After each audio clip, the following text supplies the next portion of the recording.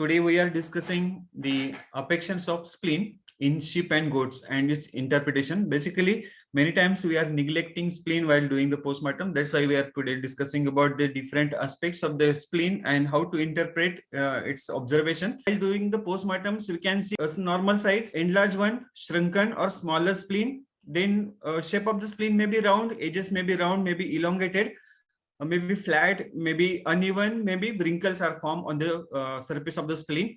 Then color of the spleen will be pale red color, dark red color, tarry color, or cyanotic. So these are the normal colors. Those can be encountered during the postmortem examination of the sheep and goat. Now, consistency of pulp, so that may be thick, maybe watery, maybe gaseous, or maybe the thick or jam jelly like. Then pathological conditions of spleen. There is a rupture of spleen by the mechanical trauma, maybe the mechanical injury or the parasite like fasciola. Sometimes accidentally, fasciola L3 stage larva can migrate anywhere, including spleen, sometime in kidney. So they will able to rupture the splenic vena cava or the splenic veins, and that lead to the rupture of spleen. Then beyond that, thrombus formation, hematoma formation, hemorrhages, abscess, adhesions are there. Then fibrosis is there, infarction is there. Tumor condition or the tumorous conditions are rare in sheep and goat because the short lifespan of the sheep and goat. So we can see one by one different conditions. The factors which are responsible for the increase in the size of spleen. So many times we can say this is a splenomegaly. So generalized or systemic release of free radicals and the non-infective agents like toxins, poisons, insecticides, pesticides, onion poisoning, nitrate poisoning, oxalate poisoning. So these are the poisons or the toxic materials, or we can say the chemicals or non-infective agents. Those agents can increase the free radicals in the general circulation. Once there is an increase in the free radicals in general circulation, RBCs get affected and they will go to the spleen for the further scavenging purposes.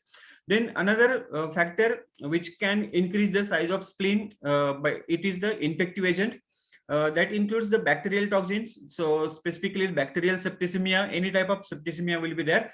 Then example, the most important is anthrax one, the clostridial infections, long-standing pneumonia, that may lead to the hypoxia, and as a result of hypoxia, there is a decrease in oxygen carrying capacity of the RBC, and finally RBC will reach to the spleen for the further disintegration. Then hemolysis, the hemolytic agents may be bacteria, may be protozoa. So basically the hypophosphatemia, then the Babesia, Theileria, Anaplasma, and Mycoplasma. So all these things are considered as infective agents: Babesia, Theileria, Anaplasma, and Mycoplasma. In all these conditions, there may be the intravascular hemolysis or the extravascular hemolysis. So in Babesia, we can see the intravascular hemolysis, but in case of Theileria, Anaplasma, and Mycoplasma, it is an antigen-mediated or the antibody-mediated type of hemolysis, and further disintegration of RBC can be takes place in the spleen. That's why there is an increase in the size of the spleen in these conditions. Now, general mechanism takes place in the spleen during the scavenging of the RBC. So the spleen is nothing but the scavenging of RBC followed by the following means or ways. So there are different ways of the transformation of the aged RBC into the different parts of the iron, globin, and all these things. So basically spleen will take care of the scavenging of RBC. Those are completed their age. In sheep and goat, 125 days will be the normal age of the RBC, circulating RBC, we can say. Now, the factors which can denature the plasma membrane of RBC due to the free radicals. So as we discussed earlier, the free radicals can be generated by the different variety of the materials or the variety of the infective and non-infective agents. So finally, these free radicals will cause the denaturation of plasma membrane of RBC, and such RBC will go to the spleen for the disintegration. Then antibody-mediated clearance of the infected RBC from circulation by MPS, mononuclear phagocytic system, present in the spleen, will take care of this type of antibody-mediated clearance of the RBC. So say for example, Theileria, Mycoplasma, and Anaplasma. So all these infected RBC will be clear in the spleen with the help of antibody mediated clearance mechanism with the help of MPS, that is mononuclear phagocytic system. Then changes in osmotic pressure in blood. So like hypophosphatemia, the plasma membrane of the RBC become fragile, and RBC will go to the spleen for the further disintegration. Then general hypoxia reduce the oxygen carrying capacity, and there is a increase in a GSH. Glutathione reductase will be decreased, and finally the RBC or the lifespan of RBC is going down less than the 125 days, and such RBCs are not able to carry the oxygen, and that's why they will be disintegrated from the spleen, and finally they will be converted into different parts of the hemoglobin, then the hemosiderin and iron. Then factor responsible for the reduction in the size of spleen. Now this is most commonly observed in the field condition. So sudden or acute causes of the reducing size of spleen. So sudden blood loss by extensive hemorrhages, especially immature fascicular infection, bleeding during surgery, accident or rupture of the major blood vessels by the any mechanical injury, or sometime whenever there is a dystocia, malhandling of the uterus may lead to the rupture of the uterine artery or uterine veins that lead to the extensive bleeding internally, and that lead to the sudden loss of blood. And in that conditions we can see there is a reduction in the size or the reduced size of the spleen, because spleen is having some reservoir of the blood, and those RBCs are not undergone for the complete disintegration. They can come again into the general circulation, though they are not having the 100% capacity of the carrying oxygen, but whatever they have capacity, they can try to maintain the oxygen level in the blood. So for that purpose, in case of the sudden or acute blood loss conditions, whatever the reservoir which is present in the spleen, they will be get empty into the general circulation, and that lead to the shrinkage of the spleen. Now another factor, first factor is the loss of blood immediately. Then the next factor is fear. So any strange noise, maybe the electrocaution is there. Nowadays we can see the electrocautions are there, thunder showers are there. So because of this strange noise, there is a extensive fear into the sheep and goat, and that lead to the aggregation of blood into the especially the mesenteric artery or mesenteric blood vessels, that lead to the pool of the blood from the general circulation towards the all vital organs, including the liver, kidney, then the mesenteric blood vessels. So there is again pool of the blood from the spleen, and the spleen become contracted. Then aeroplane. So sometimes aeroplanes will go over this farms or on the open paddock. In that case, these animals are not known to that sound. In that case also, they feel extensive fear, and in the same mechanism, there is a emptying of spleen can be observed. Then attacked by wild animals. Again, if the animals are grazing somewhere and they may be attacked by the dog or some other animals, in that case also, due to the fear, there is a emptying of the spleen observed many times. Then sudden emptying of spleen, splenic reservoir leads to the shrinkage of the spleen in response to the vascular hypovolemia or hypovolemic shock. To avoid the hypovolemic shock or the hypovolemia, ultimately hypoxia has to be stopped. For that reason, whatever the reservoir which is present in the spleen, it get emptied, and try to maintain the volume of the blood. Now, factor responsible reduction in size in spleen. So other factors that includes the chronic causes. So earlier we have observed the acute causes. Now here we can see the chronic causes. There is a reduction in size in chronic causes like nutritional deficiency, chronic enteropathy, bone marrow affections, kidney failure. So nutritional deficiency is much more common in the grazing type of animals. They are having a lacking of iron, proteins, vitamins, minerals, everything. Then chronic enteropathy like intestinal parasites like coccidia, then the other parasites like tapeworms, the hookworms are there, then the pimply gut conditions are there. In that all these conditions, also the Jones disease. So in all these conditions, the absorption capacity of intestine is completely hampered, affected, and they are not able to assimilate, or the intestine is not able to absorb the nutrients. That's why animal feel, or the body of animal is having the deficiency of all this material which is required for the production of RBC.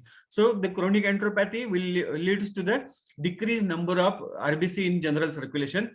Then bone marrow affections, maybe the long-standing use of antibiotics, maybe the radiations or the other things, chemicals, continuous exposure to the chemicals that lead to the suppression of bone marrow. So all these things will become under the chronic causes of reduction in the size of spleen. Then kidney failure, ultimately the erythropoietin, which is secreted from the Golgi cells of the glomeruli, they are not able to produce the erythropoietin, and because of that the bone marrow is not able to produce the RBC. So whenever there is a kidney failure, there are chances of the anemia.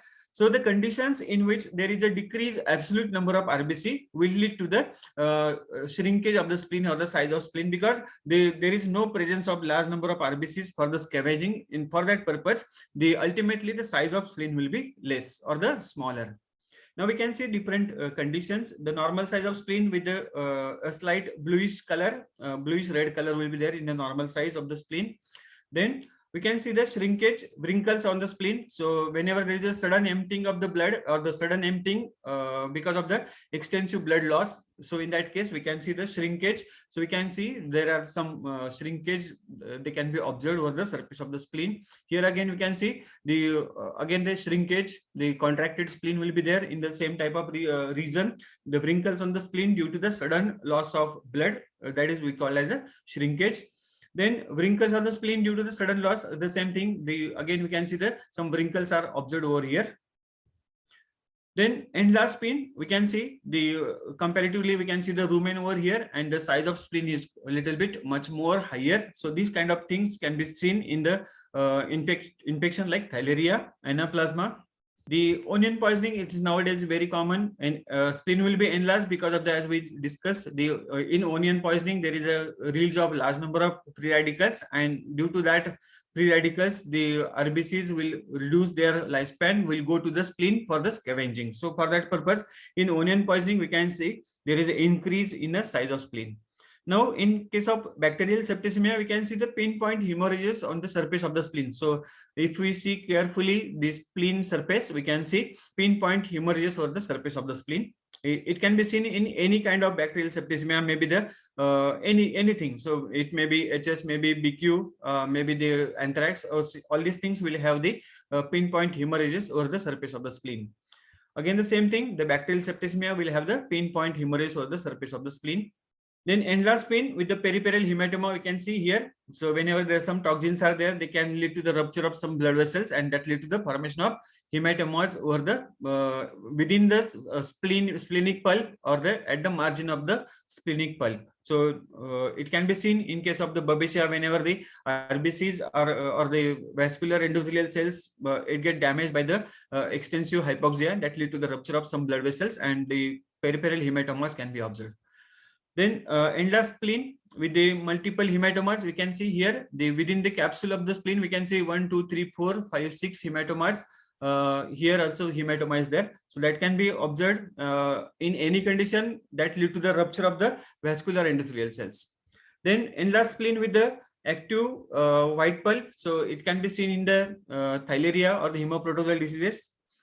Then enlarged spleen in case of clostridial infection, many times we can see the frothy content into the spleen. So sometimes we are able to observe the froth and the reddish type of froth in the splenic parenchyma.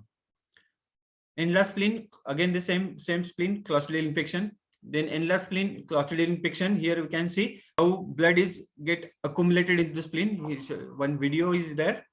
So due to the clostridial type of infection, we can see the spleen is bulged, and you can see the frothy type of material is coming through the spleen. It's because of the formation of the gas within the spleen. So these type of things can be observed in case of the clostridial type of infections. A huge amount of blood will be there. Then enlarged spleen, cyanotic changes. Whenever there is an extensive hemolysis like Babesia, hypophosphatemia, in that case also we can get the cyanotic changes in the spleen. The spleen will look much more bluish in color. Along with that, because of the septicemic changes or the damage to the vascular endothelial cells, we can see the small pinpoint hemorrhage over the surface of the spleen. Sometimes there is a superficial abscess over the spleen surfaces. They may be due to some penetrating type of things or the infection through the thoracic cavity, communicating type of infection from the thoracic cavity to the spleen. It's more commonly observed. Then the migratory parasites, they are also able to cause such type of abscess around the spleen. Here again, you can see that abscess over the surface of the spleen. Deeper ulcers can be seen, infections like brucellosis. So whenever there is orchitis is there, generally this was observed in case of the buck or the ram. Whenever there is a suppurative orchitis, so infection from the testis will come in blood, and from blood it will be get trapped into the spleen, and we can get some caseous type of nodules or the abscess into the splenic pulp. Then enlarged spleen, long-standing pneumonia. Here, the case was having the extension pneumonia, CCPP was there. And because of that, you can see that there is an increase in the size of spleen. The same type of spleen will be observed in a long-standing type of hypoxia or pneumonia. One common conditions, generally the postmortem should not be carried out for the anthrax. There is an increase in the size of spleen. Here also you can see the size of spleen is too much. Here you can see that 12-inch seizure is there, and we can see the more than 12-inch the size of spleen has been increased in the anthrax cases. Now, some of the rare conditions, the neoplasia of the spleen, very rare in sheep and goat. Occasionally, metastatic tumors from the other primary focus, they may go to the spleen via hematinic routes or the via lymphatics, and most of the times hematogenous route is the route for the transmission of the primary neoplasia from the either mammary gland or somewhere. But as it is, the tumor conditions are very rare in sheep and goat. Then tuberculosis is very common, but people are not reported this. But in tuberculosis also, the primary lesions, the primary tuberculosis of spleen is rare, but the primary tuberculosis can be observed in the lungs or the pleura. But from that, the infection may go to the spleen. Then brucellosis, already we have discussed the one slide in that the abscess due to the hematogenous spread from the orchitis, and sometimes brucella metritis or mastitis, the infection will reach to the spleen, and finally there is a formation of the chronic type of ulcer or chronic type of abscess, or the we can say the granulomatous inflammation of the spleen in brucellosis cases. Thank you very much.